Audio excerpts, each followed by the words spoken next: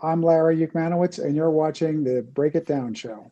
That's right. Larry is, he used to be my first sergeant major for a little bit when I was in Delta Company 165th. And I think, last time we talked a little bit, Larry, about the deployment, and I'll put the link for that in there. And one of the reasons why we're talking about these things is Delta Company 165th force that was going to hold the Dayton. Really interesting story. Our company was a unique, I don't know, I don't, can you think of another time in history when there was a company like Delta Company put into some kind I'm really sorry. I understand what the question you asked, but I'm really only getting about every other word. So Okay. I'm not sure if this is a bad connection or what. But so yeah, no, it was unique. It was painfully unique, I think, in some ways. Interestingly, there is another unit just like the 165th, the 163rd, which was in Fort Hood at the time, but it was stationed in the United States, so it didn't have that forward kind of a push that we had. But yeah, it was a unique time with some very unique people, and the world situation was in a unique place too. So it was a nice little corner of the world to be in.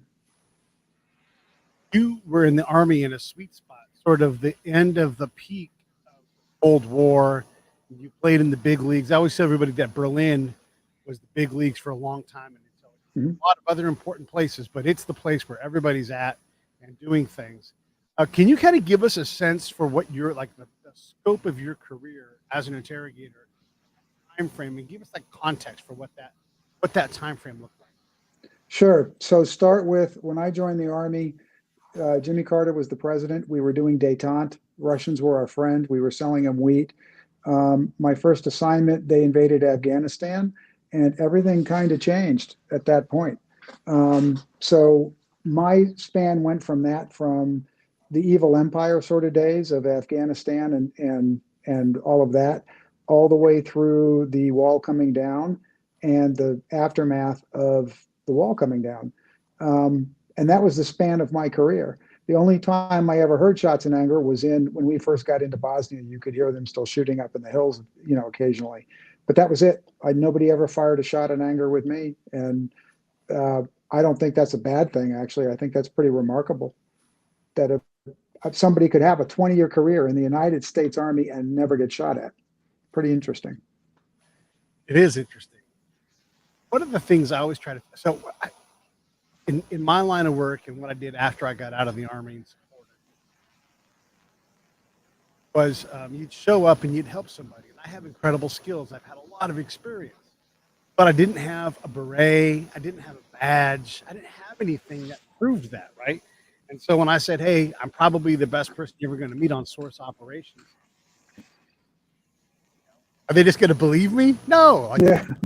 Right? You have to go through murder boards and stuff. Same thing applies for you guys. Like when you show up, I got to Iraq right when Abu Ghraib was just before it happened, right? So Right. the things are like, hey, you're a counterintelligence agent. Why don't you go to Abu Ghraib out over there? And it was like, kind of get your feet wet.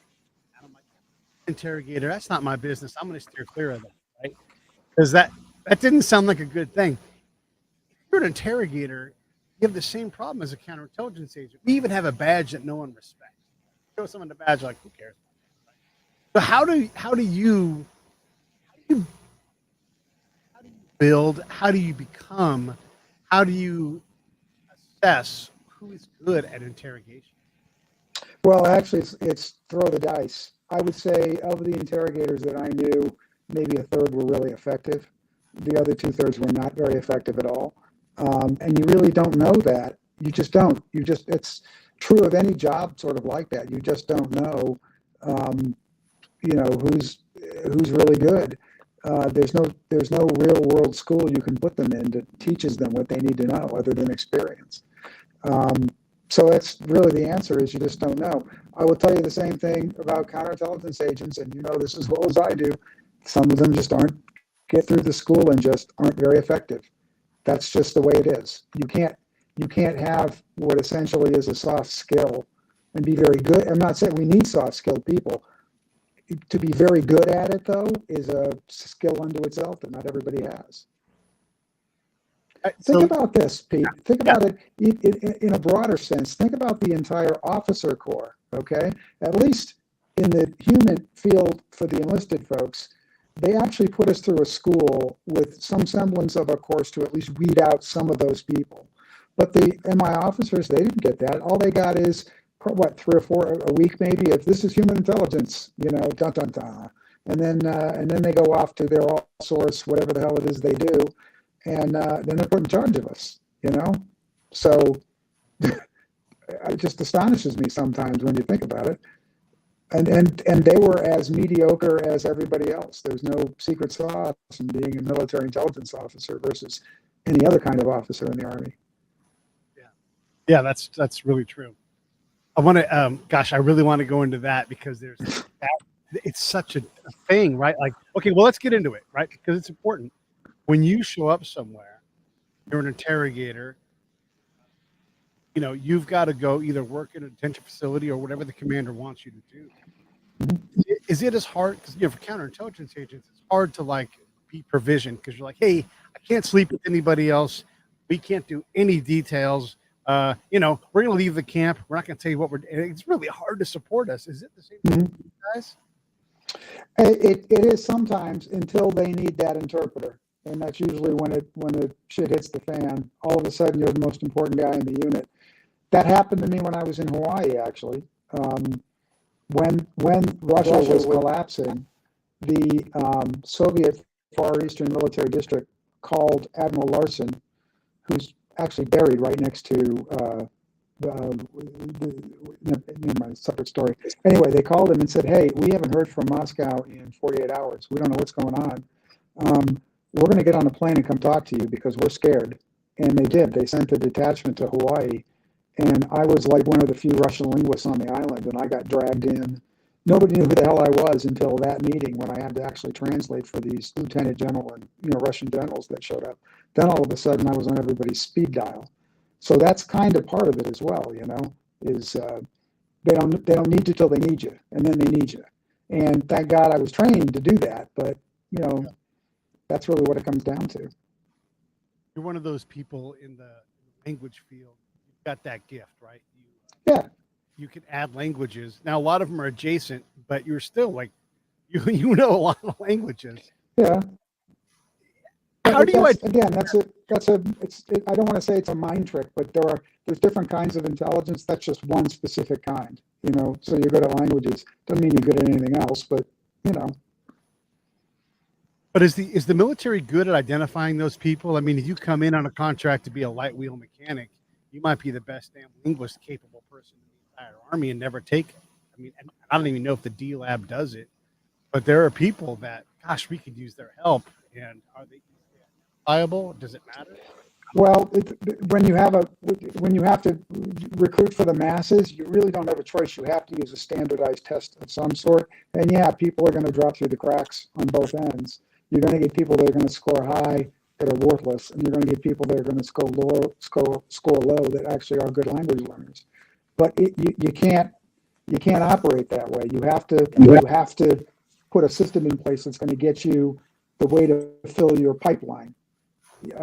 So yeah, there's some mistakes on all ends, but generally speaking, you get people that hit that certain parameter. I gave Sergeant Major Uchmanowicz the ability to just completely redo what TRADOC does with garrison interrogation.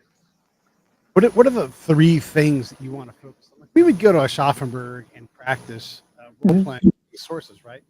But we played our own roles, and you might go the entire exercise and never actually sit in front of someone and play a role because there's just time it takes, or you might get 1 hour. Just enough time, not enough reps. So Sergeant Major Pete would say, I need to get reps. I need to get these guys in foreign environments. Give me a checkbook. We don't need to spend a lot of money, but I need to get these folks out of Germany into Poland or wherever else so they can learn how to walk around and be normal. But what about interrogators? What do you do? Like to take those middle third that could become great and develop them? What does that take? Well, so it wouldn't take much in terms of the interrogation skills. there's a small semblance of that at Huachuca right now, or at least when I left, and I'm sure it's still there. They had the strategic interrogation course that was open to all of us, you guys too. And that was a start, and that should have been expanded to include the basic interrogation course, that interrogation course, and then some of what we've, and as we learn more and more and more, some of the other, sort of indoctrination. The other thing that I would do is I would move interrogators out of the active force, and I would make them reservists, and I would give scholarships to students to be reservists, to do advanced degrees in a specific language or language studies, including living in those countries. And I would have the Department of Defense pay for that. Now, you and I both know that everybody else in the Army thinks that that we all get over, in terms of they don't realize how hard it is to study language and shit like that. They just think, oh, they always go and study. All they do is sit in the library all day. Man, I want that job. Yeah. Great. That's not really what it is. Yeah. But I would do that. I'd put that kind of a program in place. But think how it's expensive, real expensive, but you'd also get top quality people. Think there are other 3-letter agencies that do some similar things like that, that have mentoring programs, and they keep eyes on people, and you know what I mean? They want that kind of well-rounded experience, and they want you to do that. We need the same thing in the Army. You could even, I would go so far as to say, if you do that, we make you a warrant officer right away. You know what I mean? Like a pilot kind of a thing. There's no enlisted interrogator. You go to all that training, and then you're going to at least be a warrant officer. We could do that too, or even an officer. It really doesn't matter. It's just that's what you need. You need a guy that worked at the embassy, in the consulate in Poland, in Warsaw, listening to some panny come in and give some sob story of why she needs to go to New York, and that kind of shit. You need to do that. I've done that kind of thing, but most people don't get to do that. So, right. It's you need that. Yeah, it's almost like a FAO track, right? Yeah, but you do, but the FAOs have a very specific role. That is an intelligent. Well, let's just say they have a specific role. They can't really do that. I'm talking like really just being a schlub in the embassy, doing schlub stuff, chauffeuring and translating and that kind of thing. Just getting out there and actually being with people. It doesn't have to be anything real high speed, low drag. When you become an interrogator initially, you understand the basics. You got things that are going up, things that are going down, whatever it's going to be. But that's really that's the basics, right? That nuance stuff, knowing when to back off. Like I always say, my favorite question is shutting the fuck up. Let that silence ask the question, let the person fill it in. Those are things that you can teach it, but will they learn it in schoolhouse, right? How do you develop the fine skills for someone who's going to be, and I'm talking specifically about interrogators now, not only the language part, but like that piece, so that that, hey, this approach isn't working. We shouldn't just start with Mutt and Jeff every single goddamn time. Mm-hmm. It's like, let's try Mutt and Jeff. Like, yeah. At some point, let's try that. Let's start somewhere else, though. How do you develop that elegance, that sophistication? Well, I can tell you how they developed me as a true interrogator. When I got to my first unit, we were doing refugees and escapees from East Berlin, and it was a strategic interrogation role. But still, where I started was we had to fill out a form of all their background information, and it was, all right, Larry, I'm a 21-year-old punk at this point. They're like, okay, fill out this form, and I talk to the guy and get him to fill it out, and then they look at it and go, you made 6 mistakes on here. You asked the wrong question or whatever. And I did that for weeks and weeks and weeks, over and over. So I learned the basics of how to talk to people in that, in Russian, truly talk, not book learning, but like really talking to people, all different people and all different dialects and everything. And then next they said, okay, now you can talk to them about the first part of the interview, which is these 6 questions or whatever that we want to know about. And then when you're done, we'll finish up. And then over time, it took about 6 months, I'd say, before they would give me a source a guest, as we call them. They give me a guest for me to work for the next 2-3 weeks. You know, I work with the guy and we do what we had to do. But you do the same thing in a tactical sense. The scenario in war, as I would imagine it would be, just like what we've seen with what's going on in Ukraine, is you take the weaker interrogators that at least have the language skills and you make them do direct approach. You know, the guys, if you capture a platoon of 40 guys, 3 or 4 of them are going to just talk to you anyway. So find them, give them to the guys that don't need a lot of the extra work. And then, you know, you go through when you do your the cordon and search, and when you do actually the screening exercise, which frankly we didn't do in the 165th, but the 163rd used to do it with the MP brigade all the time. We used to do screening exercises, which is where you pick out who those people are. But then you assign your next level up interrogators to the next people and so on and so forth, and you leave the tough nuts to the people that can actually handle it. But frankly, the people that are supposed to answer the question that you just asked are the warrant officers in charge. They're supposed to be the ones assigning the interrogators. And that is actually an MO, you know, an SQT skill for an NCO and as an interrogator is assign interrogators. And the questions are stupid. They're like, you know, Bob speaks French and the prisoner speaks German, and, you know, Bob's good at fear up and the prisoner's scared, and, you know, really stupid ones, but they still have to learn it and understand how to do that. That warrant officer level skill is often, I know in our field, in my time, we were rushed in. Like, you know, next thing you knew, you're in E5. Yeah. Not a whole lot of deployments or sophistication in what you did.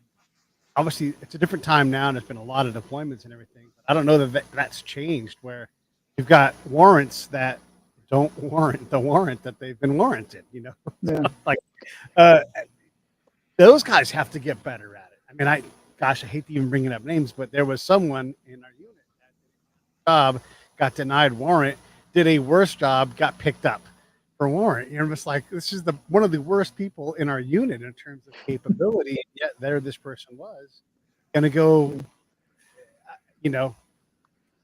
Hey, it used to be worse. When I first joined, warrant officers were all the native speakers of the different languages. So that's how you became a warrant officer interrogator, is you were native Spanish, which most of them were, Latin American, or you were native Polish, or you were native Russian, or you were native Arabic, or whatever, or Haitian Creole, you know, for French.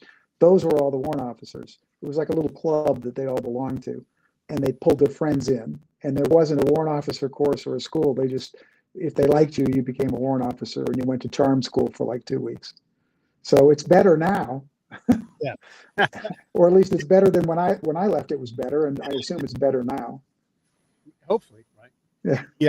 The other thing that always struck me is when I worked at Huachuca, night classes from my master's classrooms, and you could see kind of what they were going through. And there was a lot of soldiering stuff type things there, right? I'm sorry, you're going to have to repeat that. I did not hear any of that. The course at ANOC and BNOC, right? Mm-hmm. I would see what was written on the walls, and it was a lot of soldiering type things. It wasn't a lot of sophistication in terms of better collection. No, because ANOC and BNOC were MI broad. It wasn't just interrogators, it was everybody. So it was to catch you up on how to be a soldier. Really dumb stuff. If you've never been in a tactical unit, there were people from the field station in my BNOC and my ANOC class that didn't know how to set up a tent. I mean, just simple stuff. You know what I mean? They just never learned. They were E6s, E7s, and they didn't know. Yeah. But that happens. Is that okay though? Do we need interrogators and CIA tactical skills, or is there? I think you need a smattering of it. You've got to know the basics. You've got to know how to fire. You have to know how to fire every weapon you're liable to encounter on the battlefield. I thought that was always a skill everybody needed, ours and theirs. You need to be able to understand, you know, cover and concealment. You need to be able to, you know, you really do need some of those basics. Interrogators need to know how to set up radios. That's just a job skill you have to know. You have to know how to set up an antenna. You got to, you know, there are certain hard tactical skills that interrogators have to know. And those are some of them. Even if you're in even when I was in a strategic unit, we still had to go to the field and do all that kind of stuff. So, I mean, yeah, it's important to do that.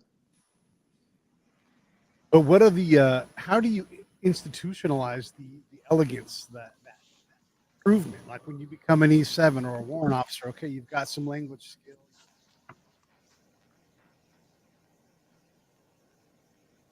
But I lost you again. How do you, I don't know what to do here. Sorry. How do you, if you don't do it at ANOC and BNOC, how do you build that excellence, right? Like where do you don't.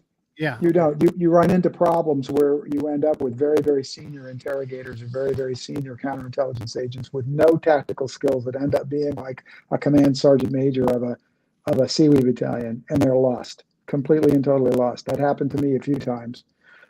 It's not pleasant.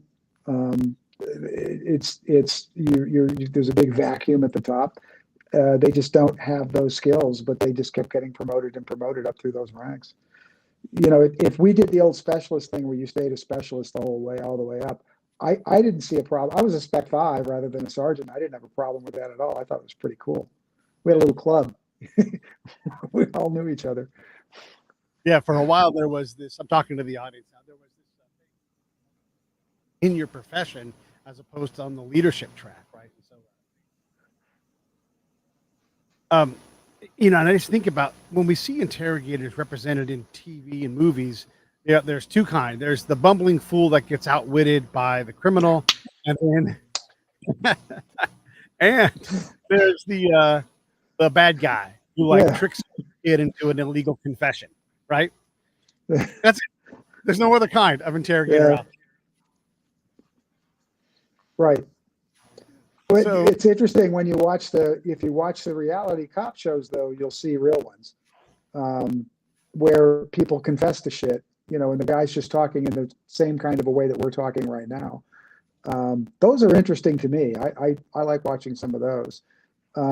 Most of those, however, what they don't tell you is the cops pretty much wear you down. They do a soft version of an Abu Ghraib approach where they wear you down physically and mentally. I mean, staying well within the legal lines, but still that's what happens. And you can see it in those. That doesn't really, you got to remember the training for an interrogator has been misapplied so many times. The basic training is, you know, 1 million Russians have crossed the border and you have to find out where their headquarters are so we can bomb them with nuclear weapons. That's the mission we were trained for, you know. That's it. And it was, you have 7 days maybe to do your job before we're all dead anyway. That's what we were trained to do. So there's not a lot of wiggle room in there to do anything really fancy. The rest of it, we have to kind of improvise and figure out on the edges. So by the way, they don't train that way anymore, obviously, at Huachuca. But when I went through, that's what it was. It was fold a gap, you know, bad guys over the border. You captured 800, you know, here's 60 you're going to interrogate. Yeah, it's true. And the fight is different now. There almost needs to be a counter interrogation. A lot of these guys we captured, they were schooled up on what to say and what to do. What happened. They knew the process. Oh, shut up, this happens, you get fed, you get showered, and then you get held, and then they're going to threaten to throw you back to the Iraqis, and then 3 days later you get released. And so these guys were, as long as they shut up, we really couldn't do a whole lot to them. And I didn't do very many, if at all, interrogations, but I got a chance to watch a lot of them. And it was very, very hard to play that game. Yeah. So you have to, there's different rules now. They do things differently. I honestly can't say my particular skills are very, very old and ancient and not equipped for them. Except I think we talked about this the last time. Now that there is actually a shooting war going on where people are getting captured on the front lines and interrogated on the front lines, what we did learn back in 1979 is actually working today. So that's kind of cool. But I'm kind of glad I'm not there doing it, but that's neither here nor there. The other thing, though, we talked about this the last time as well, is the job title isn't interrogator, it's interrogator translator. And if in a perfect world, you would have an MOS that's just translator, you know, that's what you would be. But it's just like in a perfect world, you'd also have an MOS called litter carrier that worked in a hospital. You don't have that. What you do is that's the bands, the Army bands. That's their additional duty. They are litter carriers. That's what they do in wartime. So they kind of like put that interrogator thing in there just to be able, because the big skill I'm convinced is the language skill. We can train anyone to be an Army standard interrogator in 12 weeks. You can't train somebody to be speaking a foreign language in 12 weeks. And you can't keep that.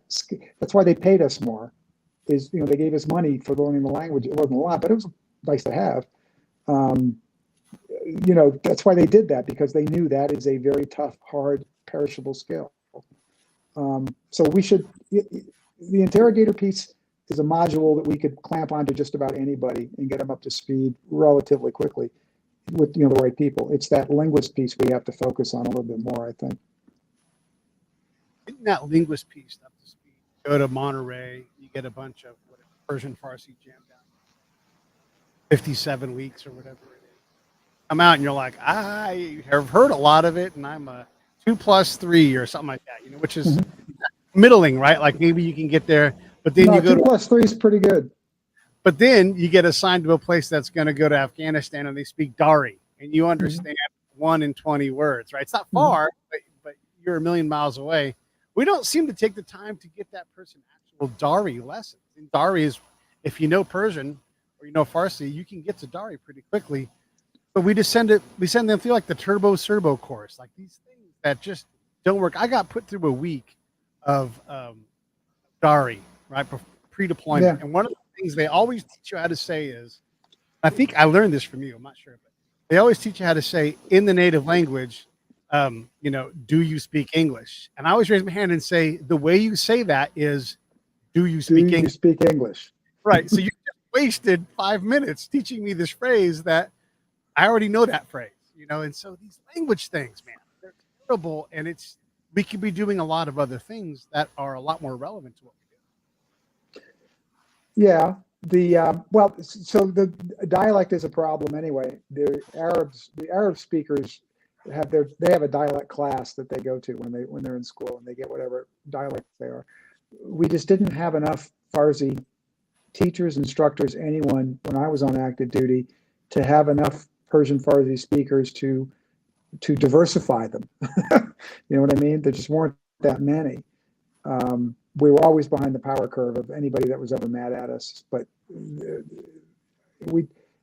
it's just one of those things. You have to train again to a specific standard. You have to get everybody to hear, and then hope you get some that you can get up to here. But when I left DLI, they were going through. This is a long time ago. They were going through a new way of teaching called oral comprehension course, and it was designed for the listeners. It was designed for the 97, 98 guys, 98 series, and we went through it, and they didn't teach us to speak at all. I had to learn how to speak on the job when I got to Berlin.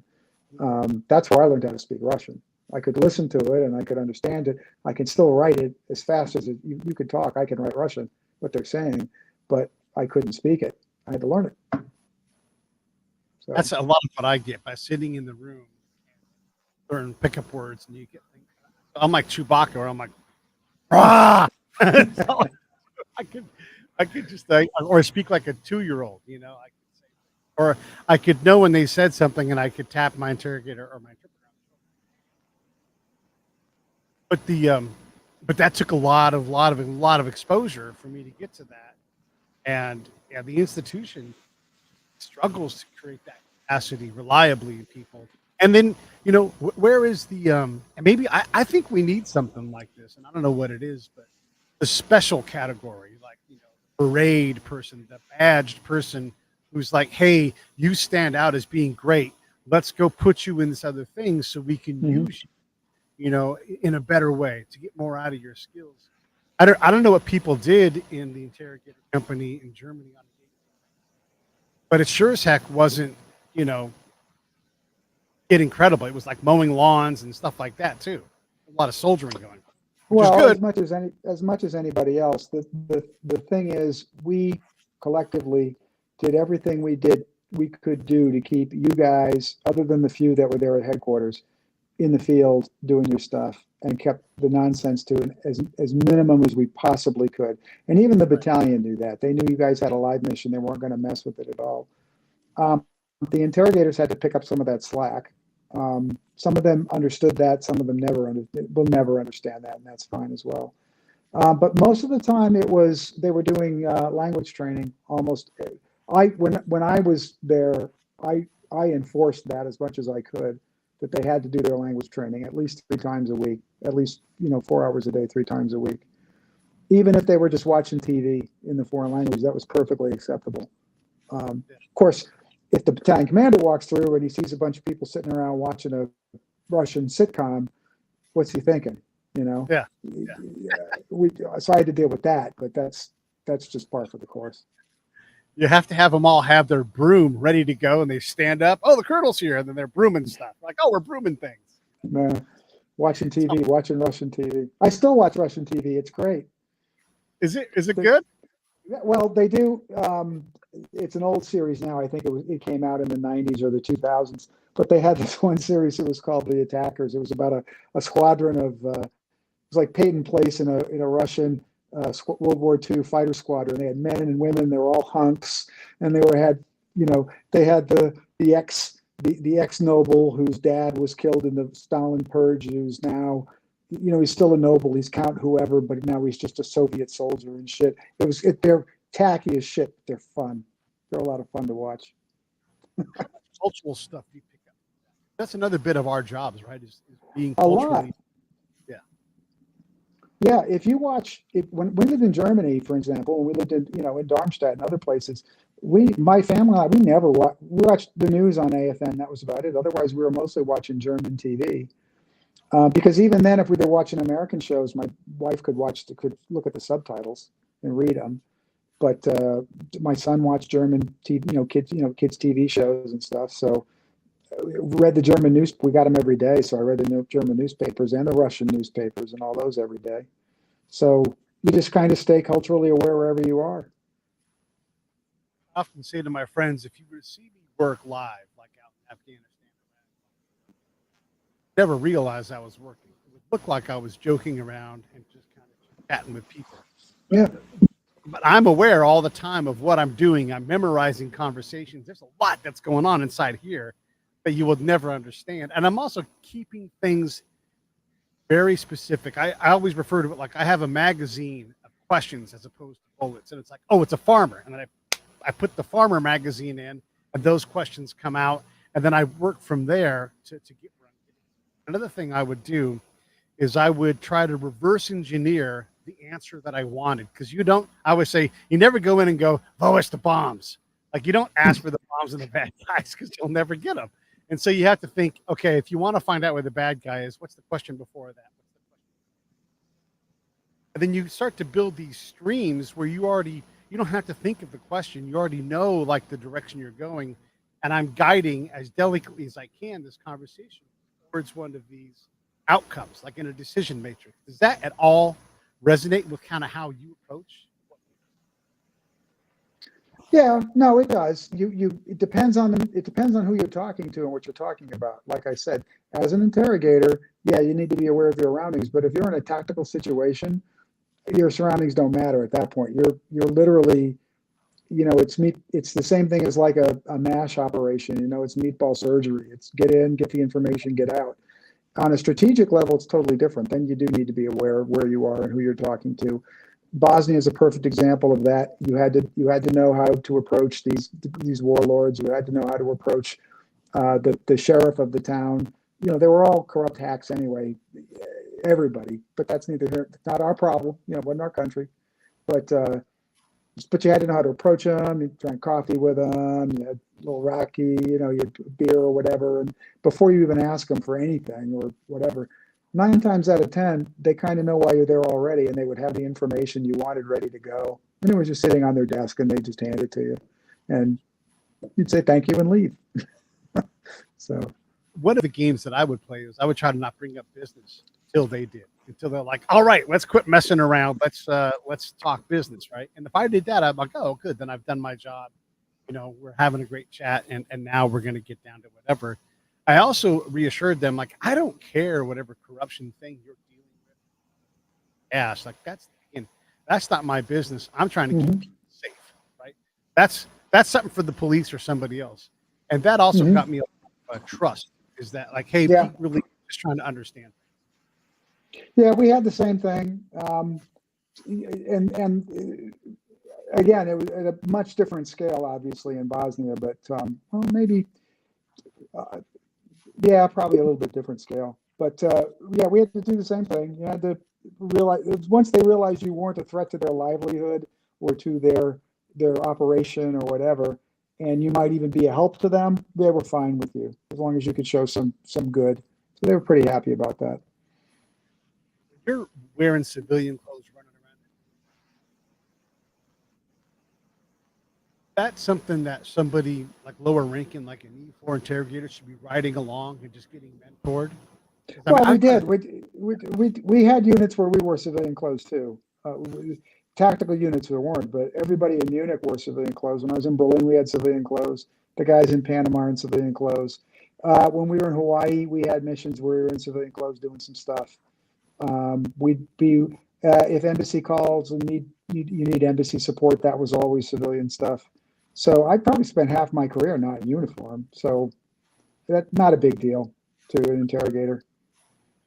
It would be good if it would be good for them to come along and see how you guys, just how you trail somebody is kind of, that's fun, and they could learn something, you know what I mean? So that's kind of neat.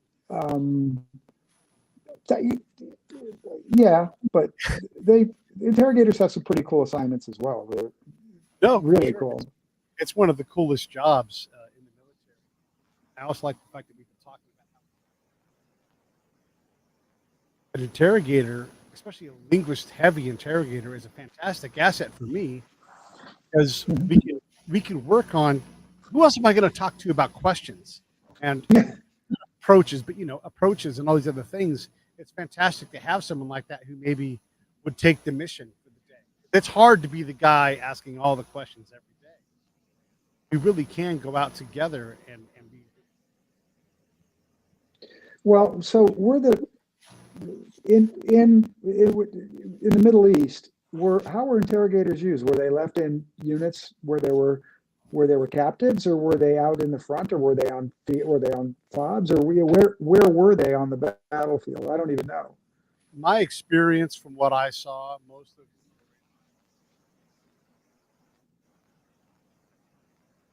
on occasion you would run across someone who had got themselves into a better situation, and they were not more useful, but definitely useful in a way that nobody else realized. And you guys are super powerful collectors when you go out. You just know this stuff from Mhm. all the work that you do learning the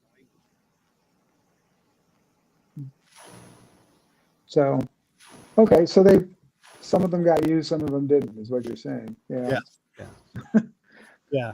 Well, the other thing, once Abu Ghraib happened, it also happened to really make it hard to do the job. You had to get approved to do mutton jet. You had to stop what Yeah. you were doing and go, and maybe that was the right thing.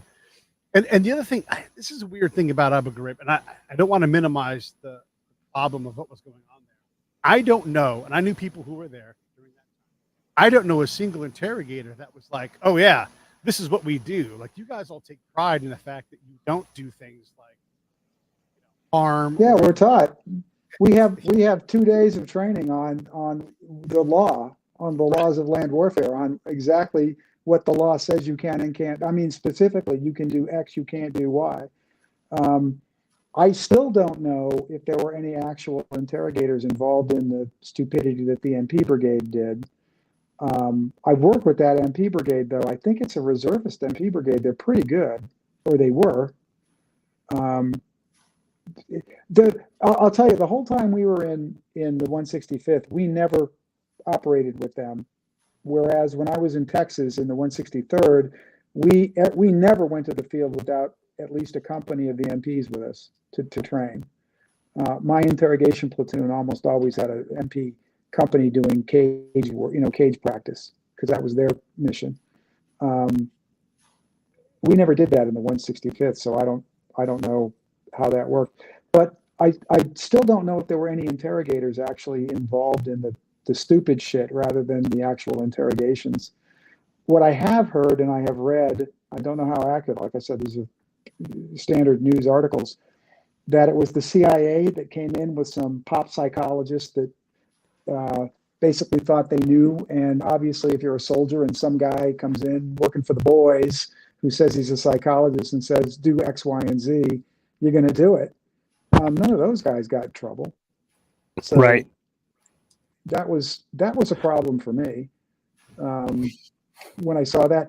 And even more important is that none of the officers involved with that got in trouble. And What? they had their careers. Okay, they had their careers ended. There's no question. Some of them got admonished. I get it. End of career. Thank you for playing. You're out of the military. None of them went to jail. None of them got in. Right. I was always taught, if I screw up, that officer is responsible for my screw up. Where the hell did all that go? Yeah. Yeah. I think a lieutenant colonel got like a letter of reprimand or something like that. Yeah, Colonel Pappas. I knew him. Yeah. Yeah. I knew he was the only officer I knew. There was a bunch of people there, E4 and below, running amok. That's E4 stuff when you see that, like that kind of nonsense. And actually, I dated the girl whose brother-in-law was the guy who had the canine, and they always had the picture of him. And it looks horrible because he's got this dog, and it's like chomp trying to go after this Iraqi guy who's cowering in the corner. But his name's Mike, and he got in trouble, right? He got in real trouble. He's like, well, one, I should never be in that cell. I was ordered to go in by regs. I'm not supposed to be in a space that small with a working dog, but I'm ordered in. Right. And two, look at me. I have this dog completely under control. It's barking because it's not in the spot where it's supposed to be. It's so crazy. And then, by the way, Alan West gets away with shooting a gun by someone he's interrogating because he doesn't think that you folks can do your job. And he was innocent. I mean, that's the razor's edge, right? Like Mike is forced into a situation where he's not supposed to be. And then you have you have Alan West, which, say what you want about Alan West, whatever he did that day, if I was in that unit, I'd have a problem with that. We'd have a conversation about that. I do this thought experiment all the time. Okay. If I had accepted my promotion and I had, gone to school and been in E9, by the time Abu Ghraib, I'd still been on active duty at 2001. I would have still been there for Abu Ghraib. I'm more than likely, if I were still on active duty, I would have been the sergeant major of either the 504th Brigade or the other brigade. I would have been the sergeant major of one of those two brigades. And that's kind of, if I stayed, that would have been my goal, is to be one of those two guys. If I had been the 50Rs, I think we were the 504th, is that right? I can't remember. Whatever the hell brigade we were. Yeah. If I was that brigade sergeant major, I know that brigade sergeant major, I know that brigade sergeant major went to Abu Ghraib multiple times. He had to have. Would I have been brave enough to say, knock that shit off? And you know fully well that if the brigade sergeant major went in there and said that, it would have ended, right? Yeah. He would have said, knock this shit off. It's illegal. We're not doing this anymore. Stop it right now, or I'll make hell for everybody. You know what I mean? He can do that. They didn't. And I'm not sure. I think about it all the time. Would I have done that? Oh, man. Would I have been brave enough to do that? Or would I have just, I don't know. It's really weird. Who can say? Another thing just like that, Peter Van Buren and I worked in the same unit. Peter Van Buren was a State Department guy, and he wrote a book, like We Meant Well, and it's about how we screwed everything up in Iraq. And in that unit with us was, at the time, PFC Bradley Manning. Yeah. You know how small, like, look, we're Intel guys. Peter, he's a State Department guy. There's the two shop. I mean, we're 10 feet apart with a piece of wood between us, and that kid easily could have sat me down as like, hey, you've been around the block. Here's what I'm thinking about doing. I don't know what I would have told that kid, because the stuff he released was, look, it's the wrong way to do it, right? But what's the right way to do that when the State Department is acting in a way that's getting Americans killed and all this other stuff that came out about that? I don't know what I would have said. I don't know if I would have said, oh, you can't do that. And would it have mattered if I advised them not to do it? See, I think that's a different thing. He absolutely committed a crime, and absolutely, if you're going to commit that crime, you have to do it and say, if you're going to commit the crime, be willing to do the time. You know what I Right. mean? Yeah. You simply cannot just get off easy for giving away classified information. I mean, giving it away. Can't do it. So he did the crime. Sorry, dude. You know, Yeah. great. You know, and people forget this. Spying, according to the Geneva Conventions, is not illegal. Did you know that? It's perfectly legal. You shoot a spy to make the job inherently dangerous. That's why they're shot, by the way, and not hung, because you shoot honorable soldiers. You do not shoot. You hang spies and you hang traitors. Okay. Yeah. So if you're caught as a spy, yes, as a courtesy, they shoot you. You know, hey, congratulations, you love your country. That's terrific. Bang. You know what I mean? So that's Bradley Manning, really. Yeah. Great that he has his sense of conviction. You know, that's fine. I don't have a problem with that. But you committed a crime in my country, you're in jail. You know, sorry. I just want to say this: Nathan Hale got hung, but it was a long time ago. That was a long time ago. Yeah, Nathan Hale got hung because he was just that. He was he was on our side. Yep. But the British didn't see it that way. They saw him as not as a combatant. They saw him as a criminal, as a rebel or whatever. Yeah, a criminal. One of the things that I find interesting when I think about like how do we, okay, so look, since we keep losing these conflicts that we pick to go to, everything has to be on the table in terms of like, what do we do differently? And one of the things I think we need to do differently is if you're going to go into town to talk to people, you damn well better be pretty good at it, because everybody I've talked to in the special ops side has agreed they've had more conversations in combat than they've shot rounds. Right. Yeah. And I don't think that just being a commander gives you the capability to talk to someone at a professional level. And I've watched generals walk in completely irrelevant in the space that they've flown into from wherever they've flown into. And they're like, we're going to fix the bazaar. And I'm like, stay on the bazaar, say, that's not going to happen here. Not right now. But they, walking around with their hands on their hips, talking about spending a bunch of money. And everybody's just like, who is this? And like, not only are they combat obsolete, like they're damaging to the work that we're trying to do. And, this is human work, so it's delicate. So I would say that we need to get a better handle on who's allowed to talk to people when they go out, and build badass linguists, badass interrogators, badass collectors that can go out and really provide help. And by the way, also teach these commanders how to use us, because one, I'm not magic. I can't go somewhere in 2 weeks and get your 6-month answer. I just can't do it. I can start to get information that you wouldn't know to ask, but I can't do it. I can't do it in 2 weeks. And that's the expectation a lot of times. It's like, well, you did it before. And I'm like, I've been there for 4 months. That's how I got introduced to these guys. These things take time. But what are your thoughts about that? I mean, with all the engagement that we do, shouldn't we be spending some time teaching people how to engage with people? Well, that's what the G5 is supposed to do. That's their job, honestly. Yeah. And we just don't. We used them in Bosnia, and they were great. But we didn't. I don't hear of anything about civil affairs in the Gulf. But that's what their whole mission is. In fact, you could assign us to help support them when they go out there and do whatever they got to do. Yeah. Live in the community, do what you need to do. Instead, civil affairs is more concerned with pictures and photos and photo ops and dumb shit like that. Yeah, I love those guys. There's a whole major staff function to do that. G5. That's what they're supposed to do. Yeah, it's their job. Yeah, they work pointed up. They don't work pointed out on the ground. No. And it's the same thing with psyops too. What they're supposed to do and what they're allowed to do, it's just not the same thing. Yeah. What about interrogators? The interrogator linguist mission, is that true for you guys too? Should you not like? I mean, how many? I don't know. I don't even know how to ask this question. If you have a detention facility and it's got a constant flow of people and people who are there, and in the modern sense, right now we house these guys and release them to the host nation or to home. Should those guys be projected out into the field more to create more of this human interaction capacity that supposedly we were better at doing? Well, yes, but you have to tell them don't go interrogate people.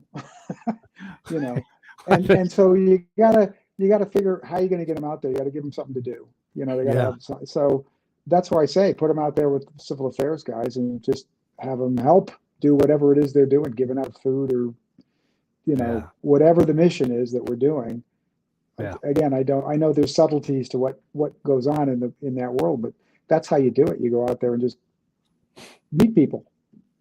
I through luck and a little bit of known people, Nancy Richards went to Huachuca before me as her next assignment, and then I met a girl who was in the Army, and her orders when we got married took me to Huachuca, and so I showed up unexpected. I was on no gaining roster because Branch changed my orders, and then like 5 days later I was there. But I got a chance to work at the CIFSO course, which is insane in the Army world. You know that it never happens that the person who just got done running sources is now in the place where they teach source operations. It just never happens. But I got a chance to really put those people that came through, which could have been Navy, it could have been interrogator, all kinds of people came through that course. But I got to put them through the paces and make it hard for them and challenge them and stay in front of them and like teach them things, right? Because I'd just done it. We do that with pilot. We do that a lot of other people. You know, heck, we send officers to West Point all the time to bring their field experience. Captains always go there, right? We don't do a good job of that in Intel. Why do you think that is? Because there aren't very many of us, and there's more mission than there is people, and you can't spare the people. I think that when I was on active duty, that was always the case. There's a reason we got promoted so fast. There's a reason they gave us extra money for languages, because they didn't have enough of us. Yeah. They needed more. And when you don't have any, when you're a scarce resource, everybody's going to try to grab you. When I left that battalion, when I left the 165th, you guys were down to about 28 people in the company. There's like 28 guys, and full manning was like 100. 28. You can't do your mission with 28 guys. But there weren't any. There weren't any anywhere in the world to send. They just didn't exist. There was nobody to give you. Right. Yeah. And then a few months later, you probably didn't need as many as that. And you could go by with 28 again, you know, because there is like that thrust, you know, where you need more people. Yeah. That is true. The other thing I think about with our work is in the modern sense, right? So you deploy, you're an E4, and you go out for, let's say 8 months.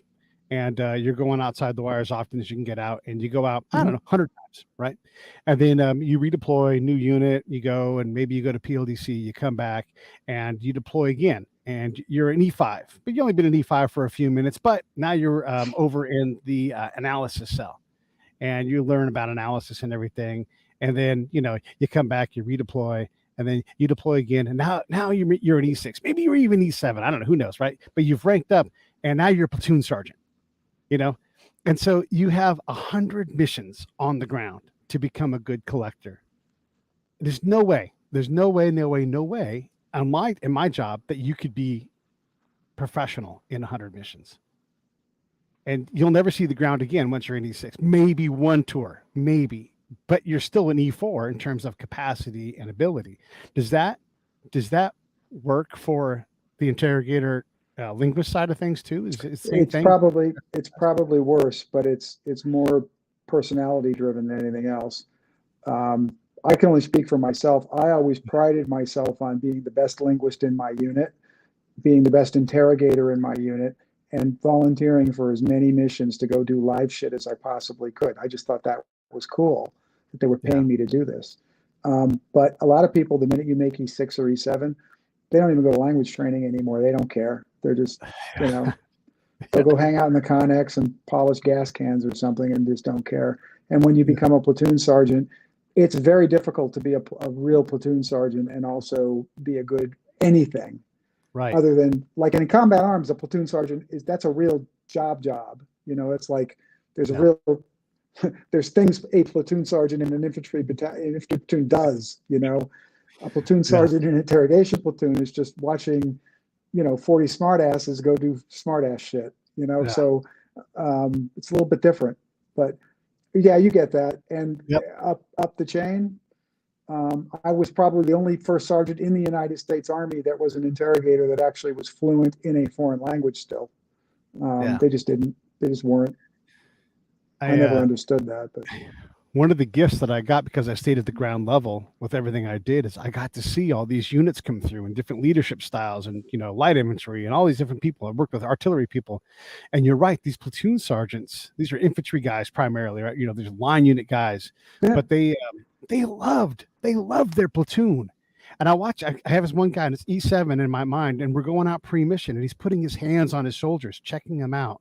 He's like, yeah, you guys are going to be okay today. You're ready. You guys are badass warriors, whatever you see, and he's like talking them up, and he's putting his hands on them. He's checking their gear. And I'm like, there's no version of that at all. Like, God bless all the platoon sergeants I had. They couldn't give two shits about you, in the intel world. It's just not how we do things. Yeah. Yeah. Well, the other thing is most in units where you have more than like 2 or 3 interrogators, in other words, if you're not in one of those, hopefully they still don't have them, but we had those Seaweed battalions that had like an interrogation team. Right. Forget that. Those guys are lost to the Army ever. They're not staying in, they're gone. Right. You might as well just hand them their orders when they get to anyway, but if you're in those large groups, the interrogators are always going to kind of self-select, and there's always live mission to do. Even when I was sentenced to Fort Hood, we had live mission we could go do for a week or two and get the hell out of there, all over the world. So there was always something interesting to do. But if you're a E7 or a platoon sergeant, I was a platoon sergeant. I got sent to Russia for half a year. And then I had an E6 running my platoon. I knew what he was doing. So, Yeah. Wanted to warn any bodies when I came back. Right. I didn't have a choice. I had to go. How do you know you're the best? Like, people in our field have big brains, big egos, right? And some of us have massive egos. I know I do. And I know I'm a good collector. I'll put my stuff against anybody, but I also know what a good collector is, right? And if I ask people, like, are you a good collector? Yeah. How long did it take you to get there? Oh, about 120 missions or whatever. And I'm like, well, you did that in one deployment. How did you, do you think you could have got better if you did 4 deployments doing the same thing? And they're like, yeah. And I'm like, okay, so what's better than you? And they have no idea, but I can see it, especially, and like you said earlier, if I read their reports, I'm like, you lost the meeting right here. These 10 minutes, these notes, not good. You were in, you were not in the right headspace or whatever it was. I don't know what you missed, but these questions, this information you got, you weren't in charge of this meeting at that time. That's how I tell, right? Like, I see what they produce, I watch them work, and I can go, you're down here, and here's how you get up here. I can show them how to do that. How do you know you're the best best interrogator linguist in your unit? And you're saying that. Well, there's, again, you can test, you can tell. We all train each other, and we all kind of test each other to figure out what that pecking order is. You kind of know where it is. But I don't try to be the best guy. I would rather have a platoon full of really smart asses that were way smarter than me. Like I'm not the guy who said it, but the quote's perfectly apt. If you're the smartest guy in the room, you're in the wrong room. I firmly believe that, man. I work with really smart people today, and I just love it. I love being around smart people. Other smart people like being around smart people too. So I think that's part of it. Yeah, it's our field is one of those fields where if you show up with the college degree, you're precious. That's it. Like, oh, you're adorable with your college degree. Get in line. And this guy's working on a master's. This guy's got 200 points in correspondence courses in addition. It's you got to be able to constantly add new things. One of the things that I pride myself in, I get this compliment all the time too, is you can have a conversation, Pete, in any topic. The Mormon Wars in the Great West. Yeah, I can talk about that, right? Because you spend time. I'm right just down the street, man. There's a fort right 3 blocks from where I am about that very thing. Yeah. Or the fact that I can't think of his name right now because I'm in the moment here. But the guy who invented all the guns, all the modern guns, he's right there. He's a Mormon, and he's from the Wasatch Mountains and Salt Lake. These things are right there. But that's, I don't know. Is that, do we self-select into this field because we have this constant desire to add more information into what we know and what we can talk about? I don't know that we self-select into it for that reason, but I know the people who stay probably stay for that reason. Right. Yeah. I think they do. Yeah. Browning. That's the guy I was trying to think of. Browning. Browning, He invented all of the guns. So that's the other thing. And I just will end with this thing, but the retention for military intelligence people is awful. You know, we're very employable once we leave. Yeah. We're vastly underutilized a lot of times in our units. You know, like if I asked to go straight to Korea after Germany before I met this girl and got married and everything. And I was like, they're like, nah, you can't do that. And here I am asking to do something that most people don't want to do. And no, and then I got 0 phone calls at Huachuca because everybody's busy doing stuff on, hey, Pete, what can we do to get you to stay in? 0. Well, I shouldn't say 0. I got 1 3 weeks before I was going to get out. And my chief's like, you're too late. He's out in 3 weeks. And hung up on the boss. But this is a real problem. We have brilliant people. I know so many people from our field that got out and did incredible things afterwards. And the Army couldn't be bothered. They'll train more. Yeah. They'll train more.